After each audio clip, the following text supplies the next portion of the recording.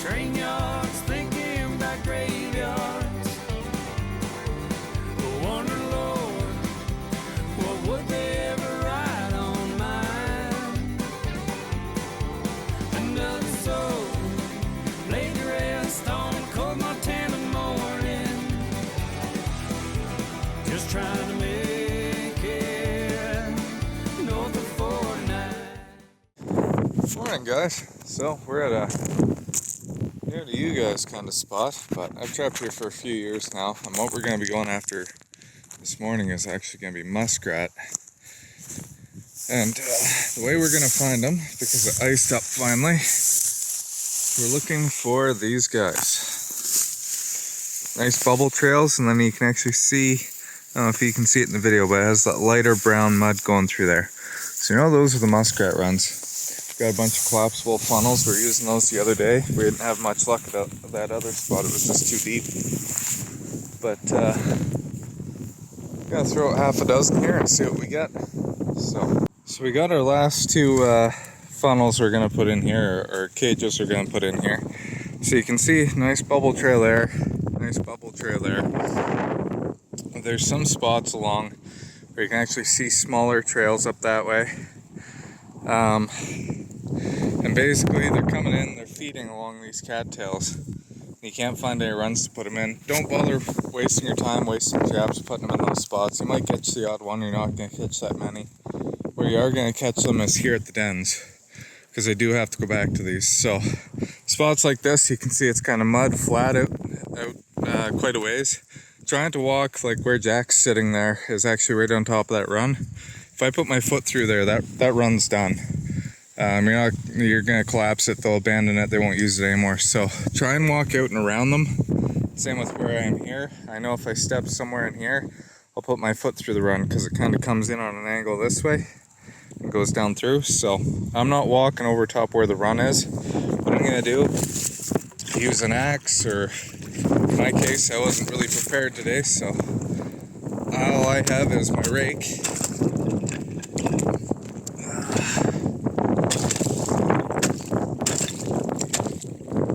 Punch down through there, and if I had my waders on, I'd walk out a little bit closer, and you can actually feel the run. And in here it's nice and easy, it's nice and solid right there, and it's deep, so I know the cage has to go there,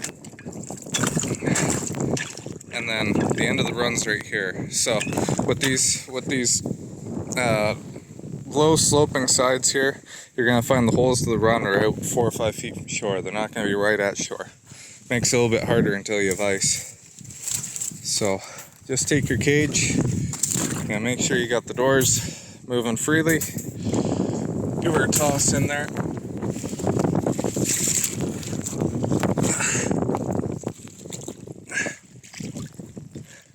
Wiggle it so it's sitting down nicely on bottom.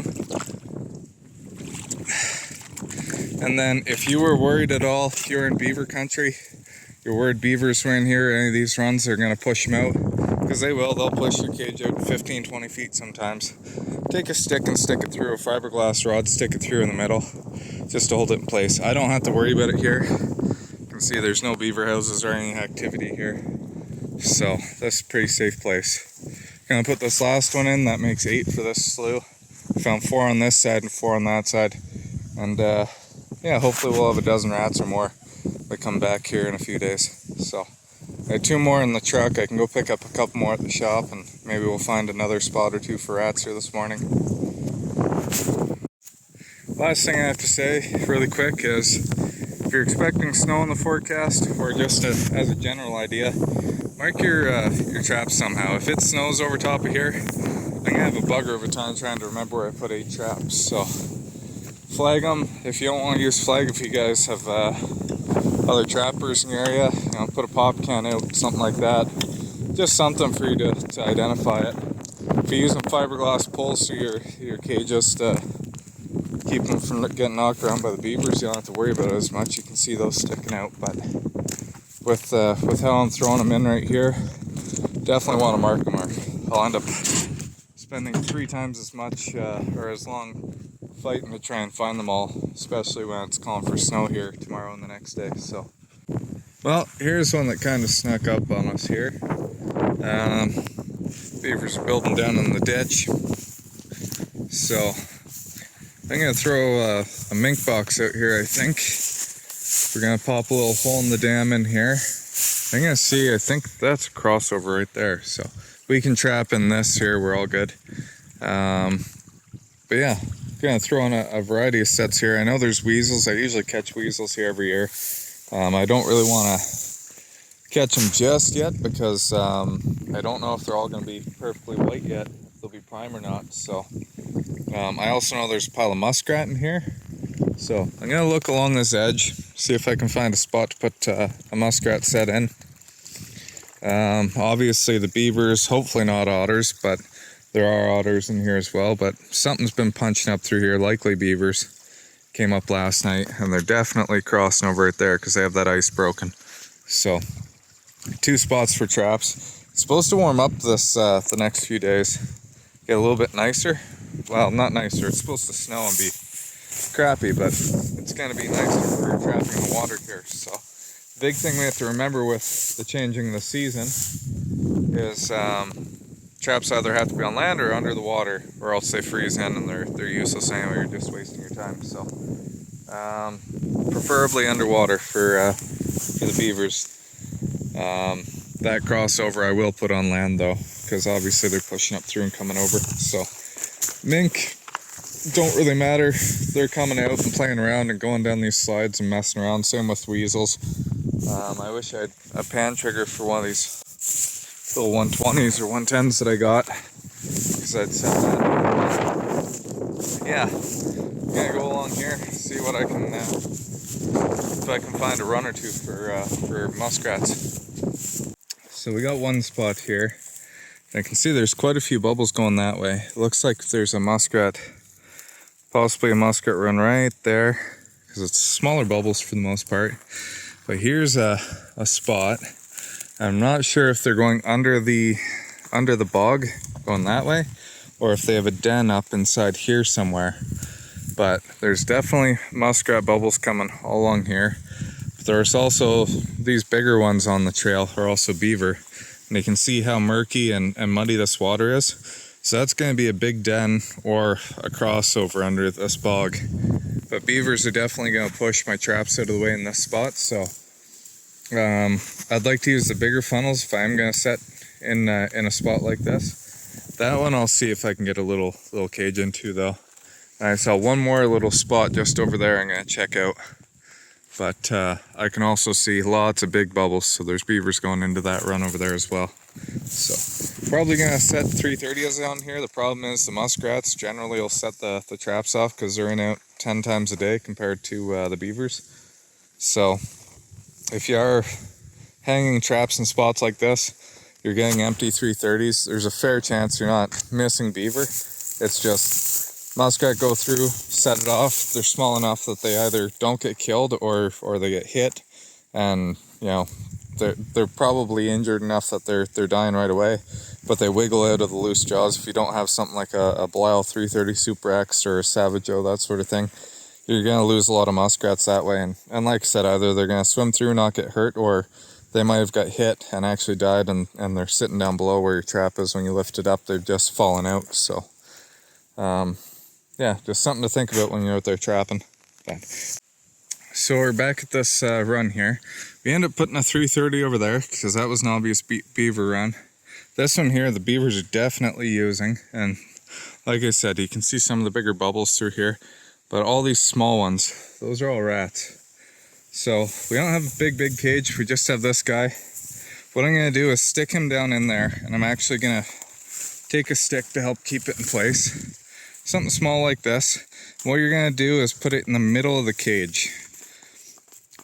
And it can be off to one side or the other, as long as it's in the middle. And the reason for that is you want the doors to be able to open and close. So if this stick is too far over here, off to one side, you're gonna have the door hang up on it. It's gonna be delayed. Your rat's gonna swim out of there instead of freely falling down and keeping them in. So really important. Keep your sticks in the middle of the trap, that sort of thing. I also have a piece of wire on this one I'm going to tie off to this tree because I'm sure the beavers are going to push it out. And if I didn't do that, it would end up out in the middle here somewhere. So real pain in the butt when that happens. So just a couple of things I'm going to do here. Like I said, this is probably being used by beavers, so hopefully the first thing through here isn't one of those. And then I actually found another small, for sure, just a muskrat run right over there, where you can see a stick is sticking out right here. So I'm going to put this other cage that I brought down with me over there. And then we're going to go over to the beaver dam and see what we can figure out in that spot.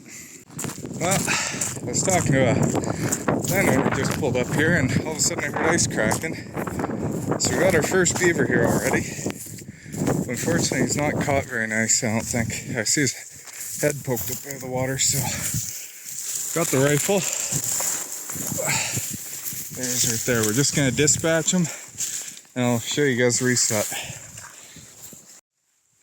Well, I got it dispatched here. It's a big beaver. It's a nice sized one. I'm going to say high 40s, maybe mid 50s. But not sure what happened.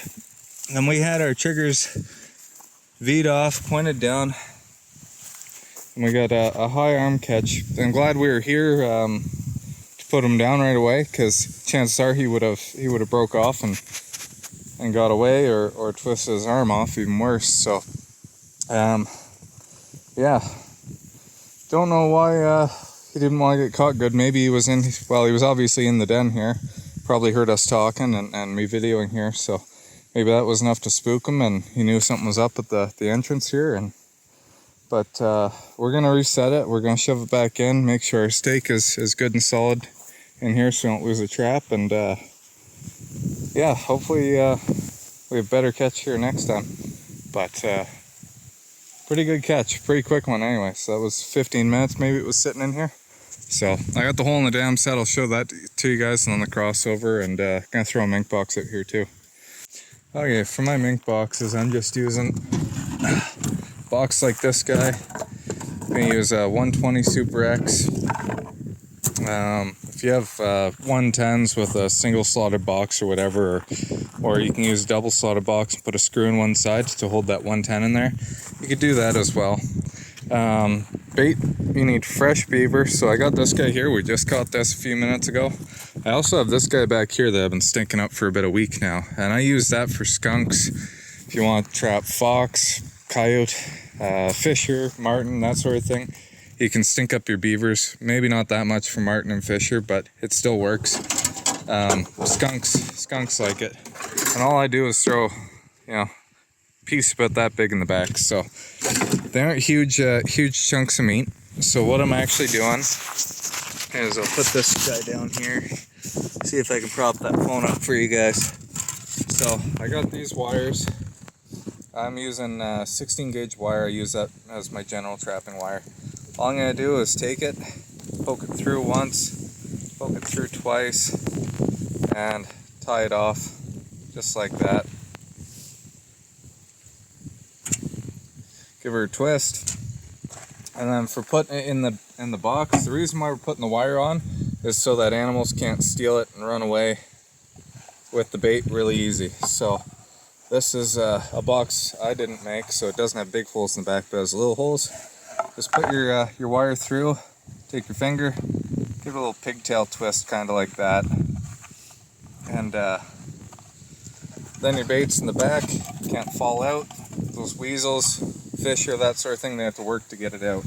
So with mink, it's really, really important to use live or fresh meat. They don't like rotten meat. So this beaver that's been sitting in the box of the truck, we're not going to catch any mink on that. There's extremely little chance we'll ever have success with that unless something's starving. So again, use the freshest meat you can get. Doesn't get much fresher than this guy. And okay, so we're ready to get the heck out of here. I got this box set up here. I got it tied off nice and solid down low. Now the box, what I do, I don't know if you can see where the triggers are in there. I've got them bent, V'd down. They're about 2.5 inches apart, kind of thing. They kind of go down, and then I got them bent out and then down towards the tips, so the mink can get through there. And then I push grass up and make a kind of a nice hidden thing around it. but you can see right through where you need to go to get the meat if you're a mink. Not really showing up on the phone very well, but basically make a circle around your trap, then they're gonna go in. Ideally, I'd use a pan and then I wouldn't have to blend it in so much, but mink don't really like triggers that much. So you'll have a lot of refusals, that sort of thing. Another thing is I have it close to the water, so water's flowing there. Mink are gonna be hunting around here for mice, especially up in this area here for mice. They're gonna come down through below those sticks, I'm willing to bet. They're gonna play all up in here because all these little holes and everything around here they're gonna be hunting in. Probably gonna be walking across the dam. So this is kind of an ideal area. You can see they kind of have a path area where the beavers are moving through. So keep it really close to where they're naturally moving. You aren't going to be able to pull mink much out of the channel to go to your sets. So that's a big thing to remember. And then show you the beaver sets really quick. We've got our hole in the dam. There's a bunch of dace in front of it there. And again, not really lowering the water much. It's more about the sound. Because even from here, like it's quite loud. So when the wind stops blowing, it gets cools off tonight. It's the only thing you're gonna hear across this pond. Then here's their crossover. You can see they've been using it quite a bit. So do not step on the crossover, step across it. I have some nice willows on either side. I was able to hide the trap right in the middle.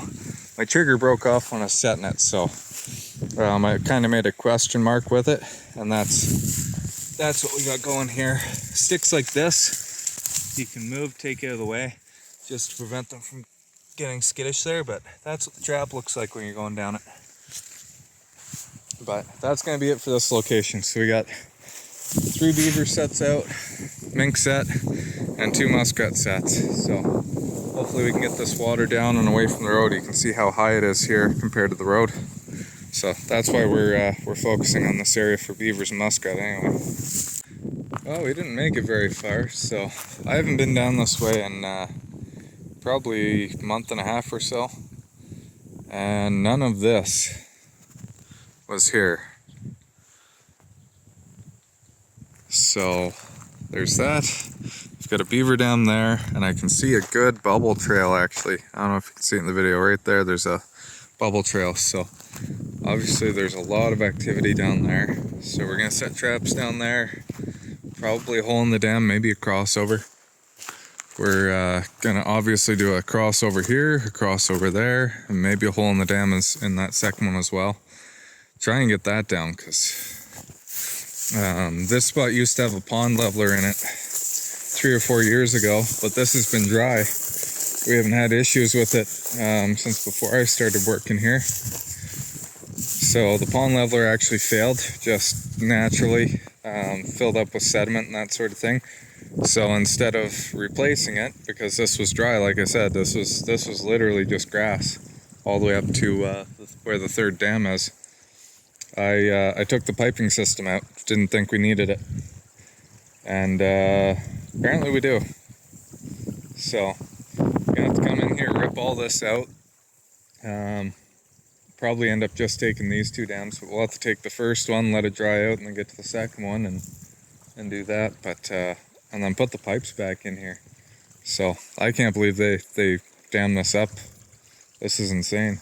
So yeah, we'll throw a mink box in here as well, and same idea. I'm probably gonna put it right off to the side. You can actually see right down here, stuff's crawling up out of the water. Muskrats, probably mink, and going around the corner actually. So I'm gonna tuck that box right in there. That'll be a great spot for a mink set. Get rid of these beavers. I don't see any muskrat dens just looking from where I am right now, but if I see some muskrat sets, we can always set them out. Mind you, muskrats aren't hurting the road here at all, but we're more worried about the beavers at this location. So yeah, I'll get to setting and show you what's up.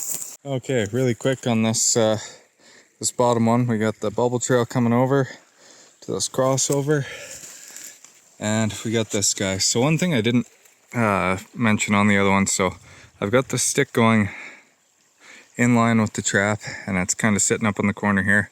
But generally on these, especially this time of year, I'll put 2 sticks underneath the trap in line with it. That way when it fires, it's not frozen to the ground, and it's free to catch the beaver when it comes through. So you do want to worry about freezing in, especially this time of year. So triggers on top, V'd down. I couldn't get my sticks as low as I wanted, but it is what it is. Same with over there. I did triggers on top, V'd down, and yeah, this should work for the bottom dam. I'm gonna go up to the next 2 and see what we can get in. Okay guys, so this one was pretty quick to set up, but we've got our crossover right here, and like I said, 2 sticks underneath going with the trap. That way it doesn't freeze to there. Mind you, we dropped the water down, so it's not gonna freeze here. We got the body grip right there, holding the dam set. And we got another crossover right there. And you guys can kind of see it's 2/3 of the way down, right in the middle. And then I blocked over top with a poplar, or a spruce, sorry.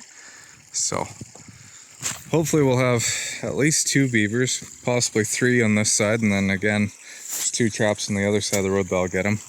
And then I put my mink box right here. Okay guys, we're at a different location. I can't remember, I think we were here in the spring. We had a float set up down here. We hung it down off the bridge, but yeah, we're at this spot and we're gonna set up for mink. I've got a 120 box with fresh beaver in it, and I'm just trying to find another spot to set up here for I got a 110, and I've never really set them for mink before. I do know there's quite a few mink in this stretch of creek, and actually right here we got some mink tracks. So not 100% sure where I want to set because everything is kind of freezing. So like I'm figuring this would have been a good spot had it not been going or getting too cold at night, or you know, I can't really put it against the abutment at all. Possibly right here, maybe I could get a bottom edge set or something, but I don't know. I'm gonna kick around down in here. Over on the other side, I don't really see anything any better over there, but we are gonna put this this box down here. I'm hoping there's not too much for coon down this way, but I don't think they'll bother it much, just because it's baited with beaver. So again, same thing what we're doing, just putting the meat back in there, then we'll put a 120 on it, and we'll set it back in here somewhere that can't be seen from the road, but right where the mink travel. Actually, I'm gonna build something right here. This looks like a pretty good spot actually. That's all mink tracks coming up and through. So I think I'm gonna build a little roof there, and I'm gonna put my 110 in here. Okay, so that wasn't too bad. So we got their trail coming up. They just come out of here. I built this little pile over top, brushed it in nicely so you can see right through the trap. Hopefully they're gonna come up, and then if they want, there's a box here with some beaver in it. Again, only a couple feet, maybe 1.5 feet or so away from their travel path. Hopefully where they're gonna go through there. So with any luck, we'll get a mink passing through here. If I had some lure, I'd definitely use it here, but we don't have any today, so we'll just stick to fresh beaver meat and hopefully some luck. Here's kind of a pretty set. So got my box, fresh beaver, 120. So they're gonna be hunting around down in there. They're definitely gonna be hunting around down in that, and of course down the creek bed. So that one should be a good set. I was hoping to put this raccoon box here because we've seen tracks all around here from raccoons, but I don't know, I don't really want to put two sets side by side kind of thing, so I'm not sure. I might hold off on the raccoon set or just say screw it for this year and not set it at all. So